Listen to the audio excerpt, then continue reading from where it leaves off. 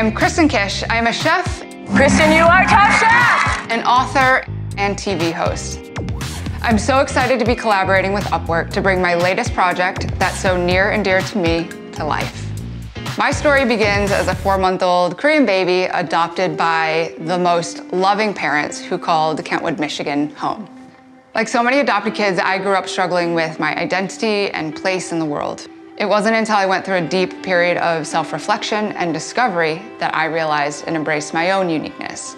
That's when things really started to take off for me. Which brings us to our project. I'd love to create a super cool, unique, guided culinary journal for kids with open-ended cooking experiments that can help them identify their creative voice early on in life as young chefs and beyond. I've never created something like this before, so I'm partnering with Upwork and their network of amazingly talented independent professionals that includes an illustrator, a co-author, and a marketing guru to bring my vision to life. I will be interviewing 3 finalists for each position and hiring 1 in each category to join my team. Oh, and the best part, we're paying it forward. So I am so pleased to share that proceeds from our culinary journal will be going to an amazing Austin-based charity called What's in the Mirror.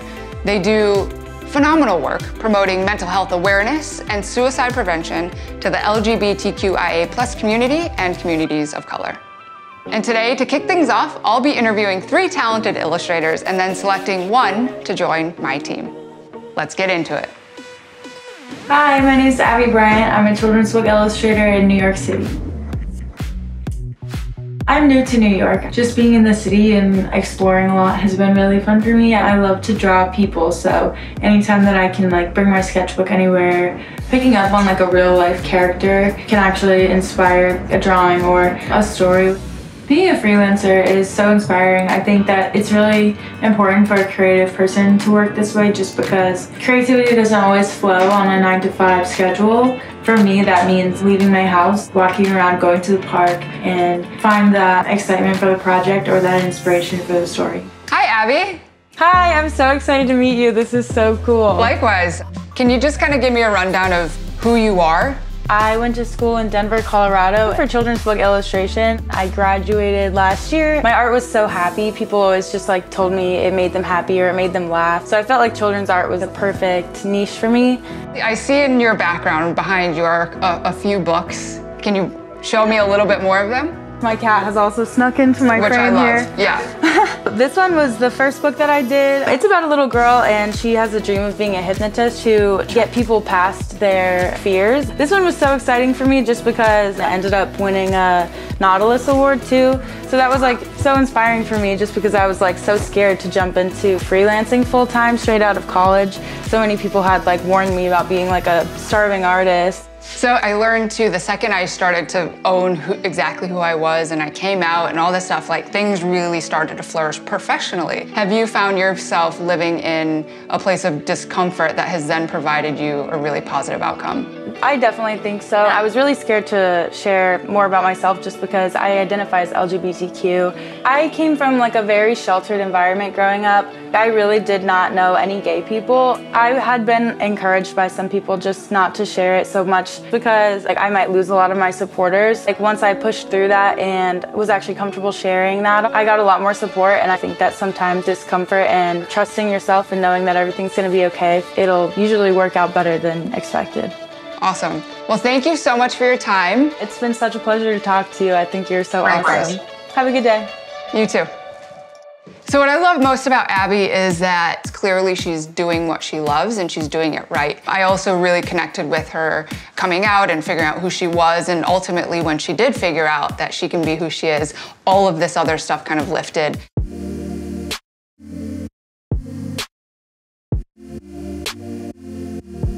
My name is Lisa Wee. I'm an illustrator. I'm originally from Malaysia. I'm currently living in Singapore.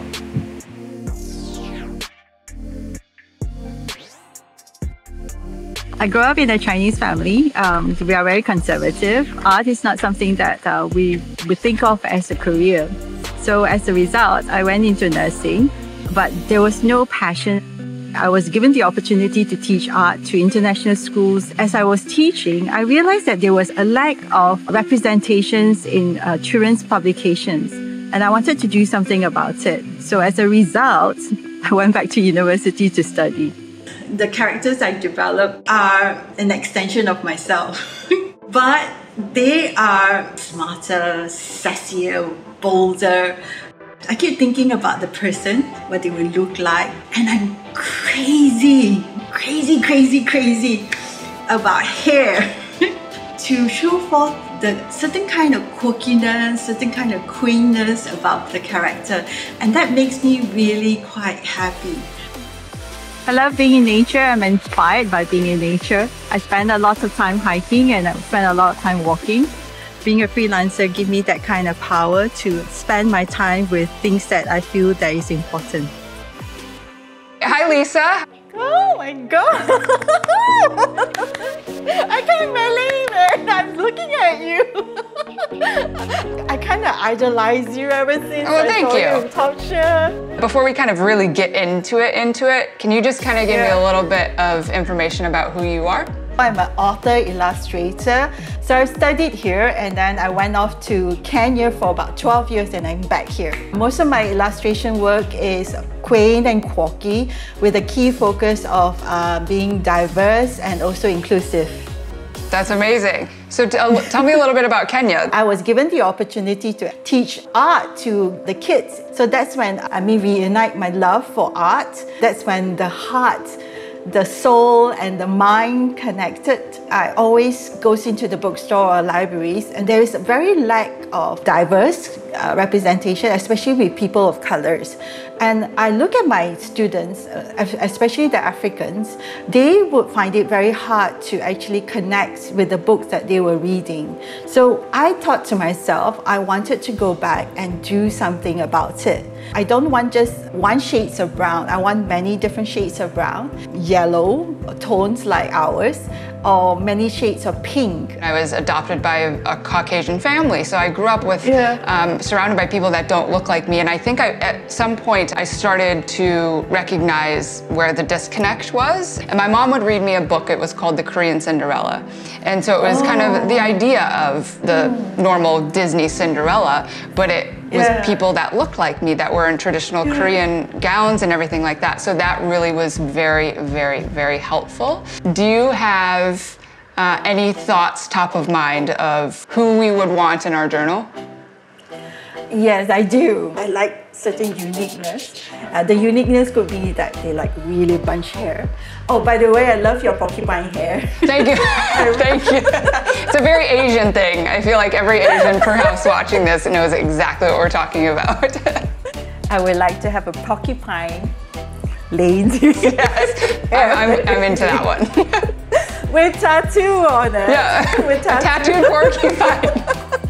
I like that one, yeah.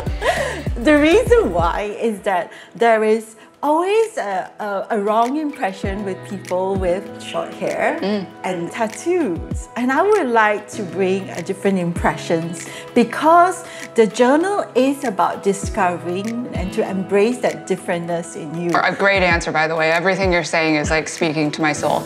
I really genuinely appreciate your point of view and your time and your talents. So thank you very much. Thank you so much for your time. I really appreciate it. Thank you. Thank you. So my thoughts about Lisa are amazing. There's something about her that is so aware. She was able to articulate exactly what she was feeling in a way that I could understand it to then build more confidence on why I think she could be the right person.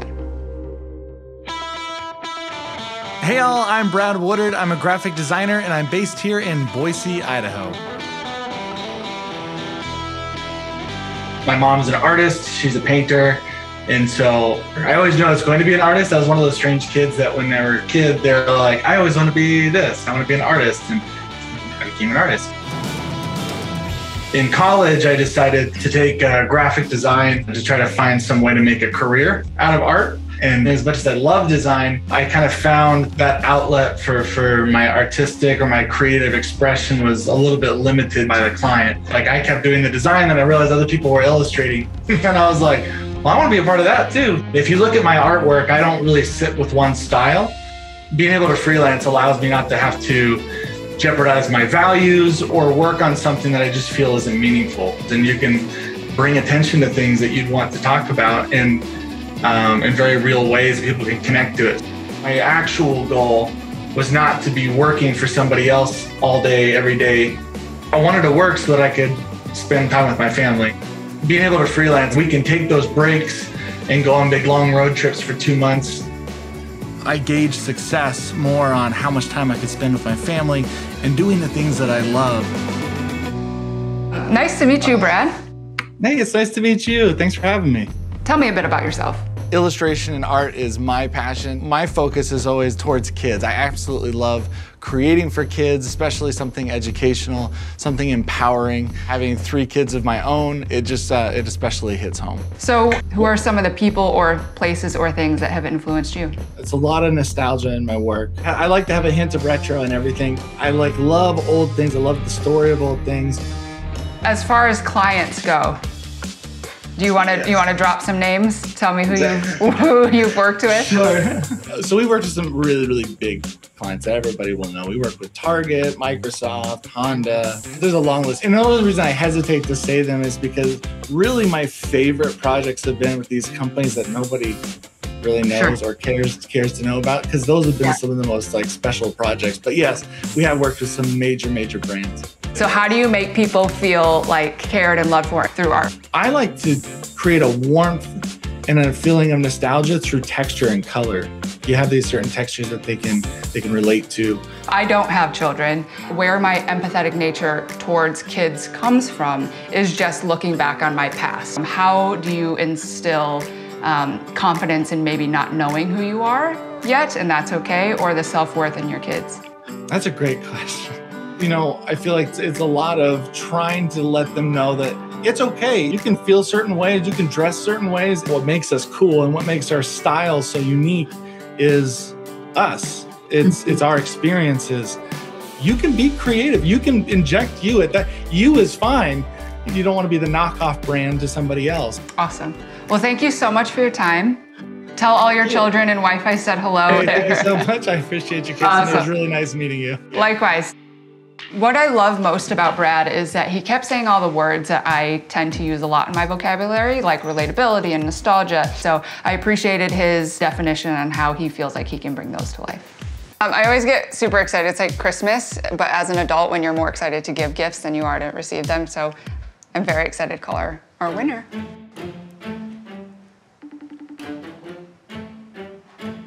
Hi. Lisa, I wanted to call and say I thought you had a really great understanding of your own point of view of the project, and I thought you had a great understanding of me. I would like to officially extend an offer to be the illustrator on the Guided Culinary Journal.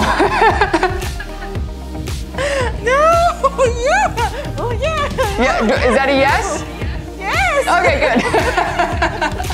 Perfect, so thank you. No, thank you so much. I really appreciate it. You're welcome. All right, bye.